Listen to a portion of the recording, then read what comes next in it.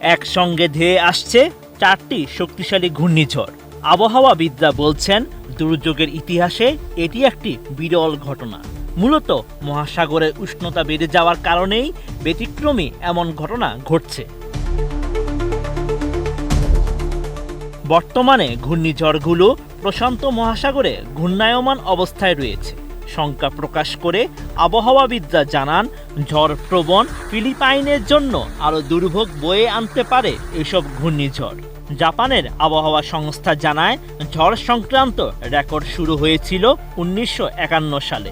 এরপর থেকে গত 74 বছরের মধ্যে এবারই প্রথম নভেম্বর মাসে 4টি ভিন্ন ভিন্ন নামযুক্ত ঝড় কাছাকাছি সময়ে শক্তিশালী হয়েছে।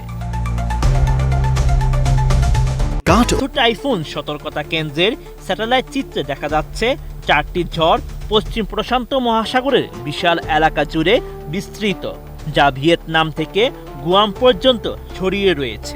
এই 4টি ঝড়ের নাম হচ্ছে টাইফুন ইনশিং, টাইফুন তোরাজি, ক্রান্তীয় ঝড় উসাগি এবং ক্রান্তীয় ঝড় ম্যানই।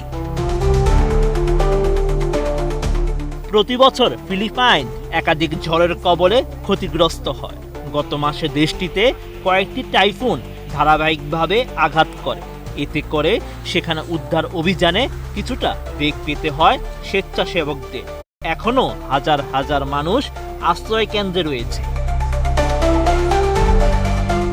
টাইফুন ইনশিং গত 7 নভেম্বর উত্তর পূর্ব ফিলিপাইনে আঘাত আনে, যার বাতাসের গতিবেগ আটলান্টিকের ক্যাটাগরি 4 হারিকেনের সমান ছিল। ঝড়টি প্রবল বৃষ্টিপাত, উত্তাল ঢেউ এবং ভূমিধস ঘটিয়ে শেষ হয়। পরদিন লুজনের অরোরা প্রদেশের পূর্ব উপকূলে আঘাত আনে টাইফুন তোরাজি।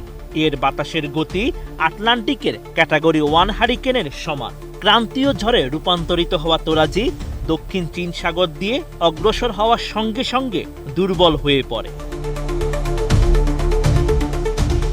দেশটি আরও একটি শক্তিশালী ঝড়ের জন্য প্রস্তুতি নিচ্ছে, যা 5ম দিনের মধ্যে তৃতীয়। ক্রান্তীয় ঝড় উসাগি লুজনের প্রায় ফিলিপাইনের 750 কিলোমিটার উত্তর পূর্বে অবস্থিত। দেশটির দিকে ধেয়ে আসার সময় 12ই নভেম্বর এটি একটি টাইফুনে পরিণত হওয়ার শঙ্কা রয়েছে।